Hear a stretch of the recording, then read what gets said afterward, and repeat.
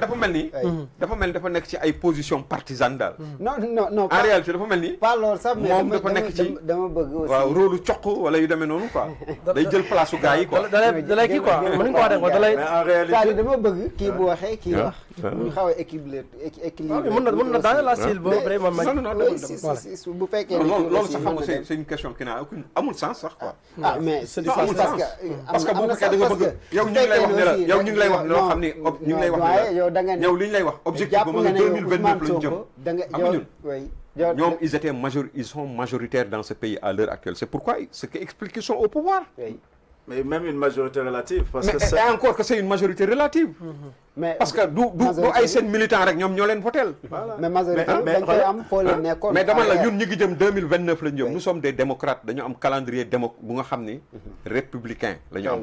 2029 la ñu jëm ak situation bi ni mu demee à 3 ans de 2029. situation bi demee nii. mais les sénégalais yow xëy na yow yaa xamul déggul sénégalais yi li ñuy wax. yow yaa déggul anniversaire u président Macky Sall yi ñuy préparé à gauche à droite. nu nga waajal di ko coowal ku nekk yaa ngi def sa nu ñu koy waxee xale yi. mbaa dina ñëw rek. challenge yi ñuy def mbaa muy ñëw. non lu tax muy ñëw soxlawul muy ñëw. Bassirou Diomaye Faye ak coalition Diomaye président am nañuy màbbeeku jëm si coalition bi ni mel si jamono jooju responsable Pastef yu bëri ñoom seen cofeel la ñuy wone si le premier ministre Ousmane Sonko finalement est-ce que mu ne su la wax ne Diomaye seul avec le système entre guillemets par rapport ak ñi nga xamante ni xëy na ñoom la àndaloon si formation politique muy assemblée nationale gis nañ position njiit la ay responsable yi parce que aussi gis nañ seen i njiit.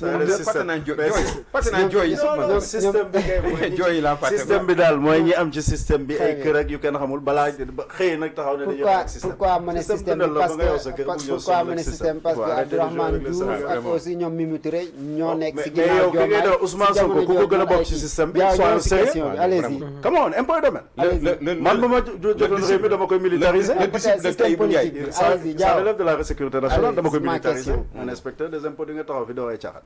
jaaw demal come on. et par rapport ak coowal coalition Diomaye président. dugg génn jàppal bàyyi.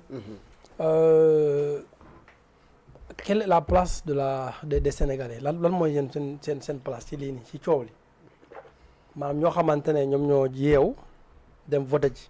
dellu di occupé aussi seen activité. toppuñu politicien toppuñu Macky Sall toppuñu Ousmane Sonko toppuñu kenn. ñoom li ñu warloo ak les gouvernants moo di bu ñu leen laajee seen carte ñu am yaakaar ni mën nga régler seen situation ñu jox la ko. ñooñu ana seen wàll ci coow bi. c'est la grande question que moi j'ai envie de poser. la grande question du ma la dog mais mooy ñoom moom lépp. parce que lu jën njaaka ñooy njaak. la souveraineté appartient au peuple. c'est indécent à la limite quelqu'un qui se lève pablaate bu Sénégal bu 10 millions de personnes àndoon ak man est-ce que dama leen moom. man boo doyee ci uno suma carte laa mën a wax sa doom sax wala sa yaw mënoo ko forcer que muy wote ndax isoloir alors donc escroquerie politique mën ta weesu ma ne man maa tax diw falu te diw moomu sàkkoo bakkan ba yàlla xam na sax fa ngeen tàmbalee ba ku ci ne fa nga yem waaw yow miy wax noonu fa nga tàmbalee fa nga yem yàlla xam na lu weesu loolu seen place moo di li ma bëgg wax foofu Abdou Aziz moo di ñoom askan bi ñoom ñi nga xamante ne ñoom ci loolu la ñuy ne yëngatu ci li ma wax nii ñoom ça veut dire que ils sont oubliés cette population là elle est oubliée. En gros, tu as l'impression que relégué au second plan. ñoom ils s'en foutent des difficultés yoo xamante ne Sénégalais ñu ngi koy jànkonteel. Abdoul Aziz bon le rappel est pédagogique et c'est à profit au courant gars yi noonu la ñu ko waxee. barki Dembo Ndiaye la étudiants yi ñu doon grève. ñu ne ñu ngi sàkku pour ñu fay leen seen bourse. barki Dembo la éducation nationale doon grève par rapport ak G7. barka Dembo ñu dégg nii par exemple waa ànd gëstu itam ñu ngi waaj ji dem grève. d'ailleurs ñu ngi wax peut-être demain ak après demain. jamono boobu noonu boo demee ci marché bi daje fa ak maire yi ñu ngi jooy. jamono boobu noonu ñu ngi dëgër piir ay nit yëkkati leen ci seen i place amuñ fu ñu leen di yóbbu d'abord.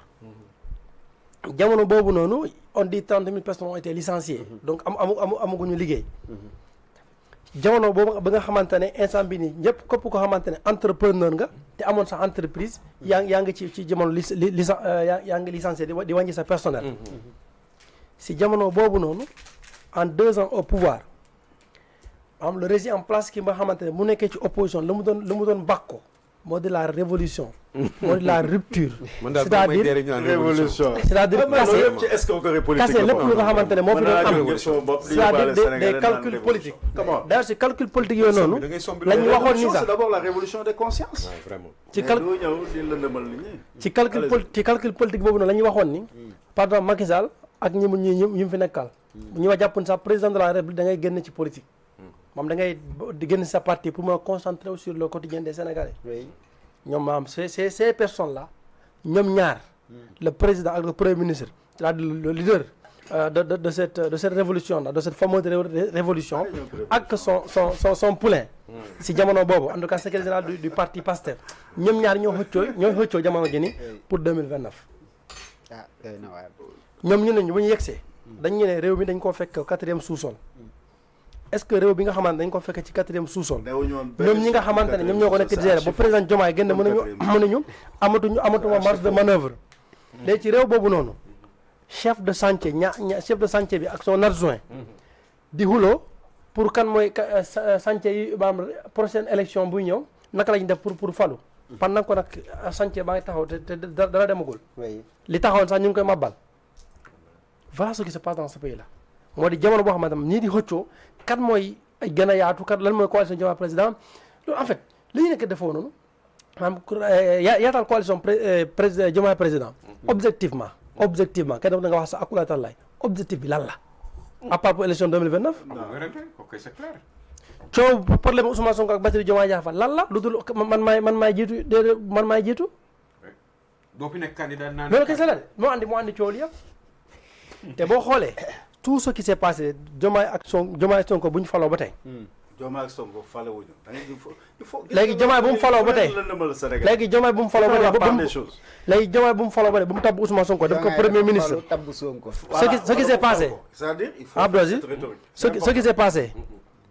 moo di bicéphalisme mënul am ci réew mi ñi bëgg a yàq réew mi bëgg koo sàkkal léegi dama Sénégal benn bopp la kenn du ko xaar ñaar ña nga xam ne lay seen yéene depuis le départ ça va Papa li muy bañ loolu la may def maanaam quand je suis sur ma lancée maanaam quand il me coupe je perds le fil j'ai envie de dire alors yow ko toll ni yow ngay perdre le fil non mais c'est normal mais attention non vous êtes un professeur en communication xam nga ni quand même quand une personne est bien lancée quand tu le coupes tu lui perds le fil loolu yow bu la neexee nga wax ko mais li ma la wax mooy un gamin comme toi yaay perdre le fil bu ñuy waxati waaw ne nikk ci li nga téewoon bul def dara téyel foofu rek doo perdre le fil mais boo fa nee di xanaa da nga naan soow mu ba rek tàmbale. non yàggatul dara léegi ngeen di def noonu seen jarbaat yeeg non maag moom bu ñuy wax ne autorité xam nga Ousmane naan dëkk bi amul autorité laa koy léegi amul tax def noonu sa jarbaat man maay buuram mooy sëriñ bi nag mën naa tax bu ñu ko waxee ma jiital ko waaye buur bi moom man la ko yàlla d'accord li ma bëggoon def wax moo di par exemple jeunesse yu jafe-jafe bu ñu faloo ba tey bu ñu faloo ba léegi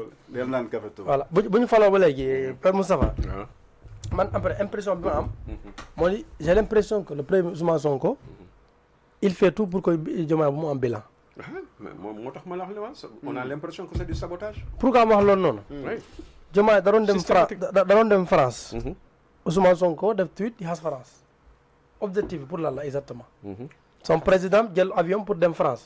yow nga ñëw di xas ban kii la woon. xas leen quand tu dis quand je parle de xas moo di jëf ni ñii ñooñu nekk di piétiner voilà.